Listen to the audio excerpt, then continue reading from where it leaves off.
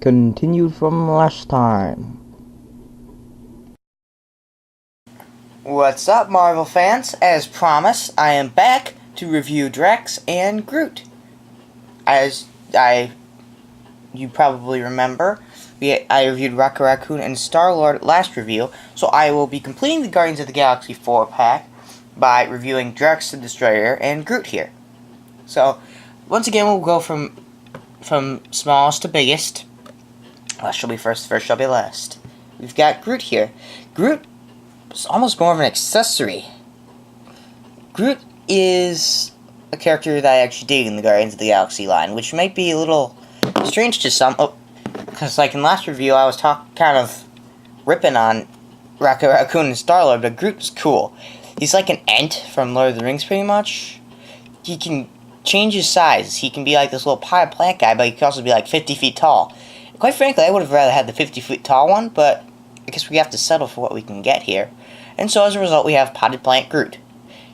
Overall, though, for an accessory, I don't really qualify him as a figure, really, as a character. He's more of an accessory, and he's a good-looking accessory, too. He's got the nice painted leaves, plenty of dark brown washes. There's no paint detailing on the pot, and the little pan underneath is, like, chipped or something. I think it's supposed to look like that. Really kind of a nice figure, but I really don't qualify as a figure because there's no articulation, and he's as big as Drax's foot, so I mean, I have a hard time calling him a figure. So really, this is the star of the set. This is really what I like in the set is Drax the Destroyer. He's a character I always I really dig. He's just a fun character, mainly because my brother's favorite character in Marvel altogether is Thanos.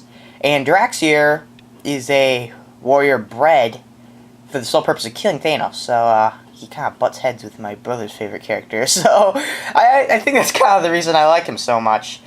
But also, physically, he's a great-looking figure. He's green with the red tattoos or whatever. They're not really tattoos, I guess. He's not even a real alien or human or anything. He's just kind of a robot with biological tissue. I don't know what you want to call that.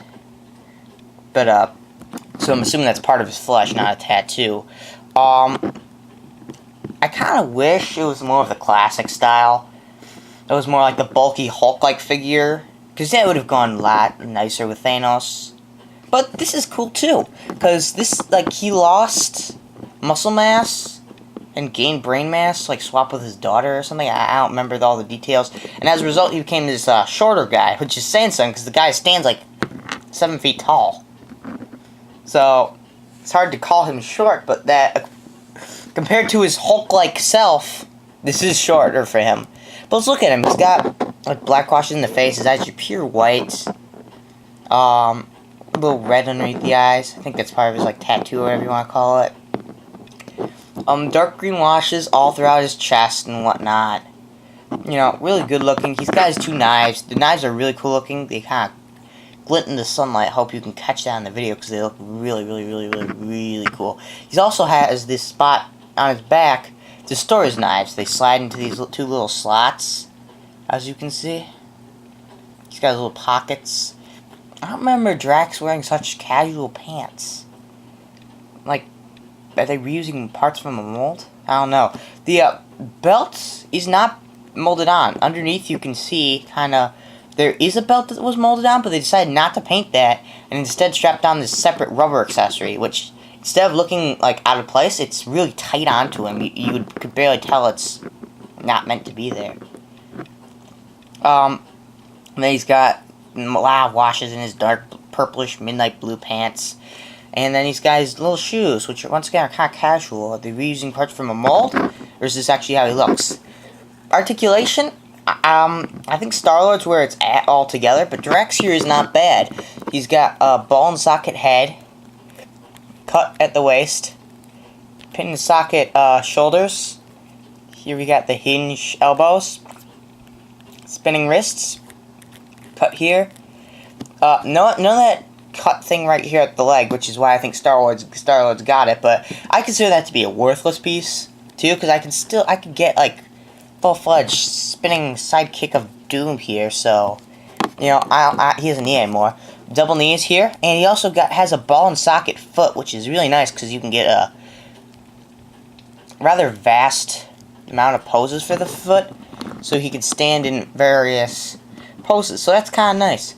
Overall, I kind of think Drax is the star of the set, but that's probably because he's of the Guardians. He's probably my favorite character. So I personally really dig him. Size-wise, I think Drax and Groot fit in well with the other 3 3/4-inch lines. We've got Gandalf from Bridge to Wreck the Hobbit, and then we've got Hawkeye here, and he scales in well. Drax being a bit crouched, and still being a bit taller than Hawkeye, which is how it should be, really. And then Groot here, like I said, being like about the size of somebody's foot. So, overall, I think they scale in quite well. Overall, I think the Guardians of the Galaxy here are definitely a set worth your money. The movie's coming out soon enough, so it's kind of skyrocketing the price of these guys on good old Evil Bay. But, you know, I don't think you'll be able to really find these, like, for sale normally anymore. I think they'll all be on clearance. And if you find one on clearance, like at say Toys R Us or at Walmart or something like that, pick one up. It's worth the money easily and new, so it'll be easily worth more on clearance. Overall, I recommend it, really.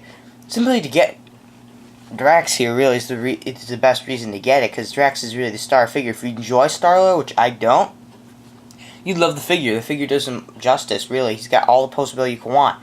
If you're a Rocket Raccoon or a Groot fan, hold out. This is not the set for you. It just does not have Rocket Raccoon and Groot are more of accessories than anything.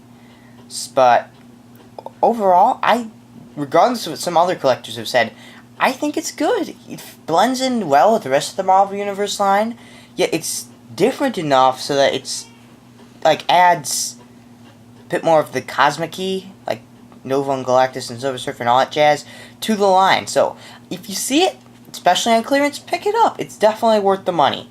This has been my review on the Guardians of the Galaxy 4-pack. Tell me how you liked it or didn't like it in the comments, and that will affect how I do my reviews later. So, till next time, this has been Jickelangelo. See you then.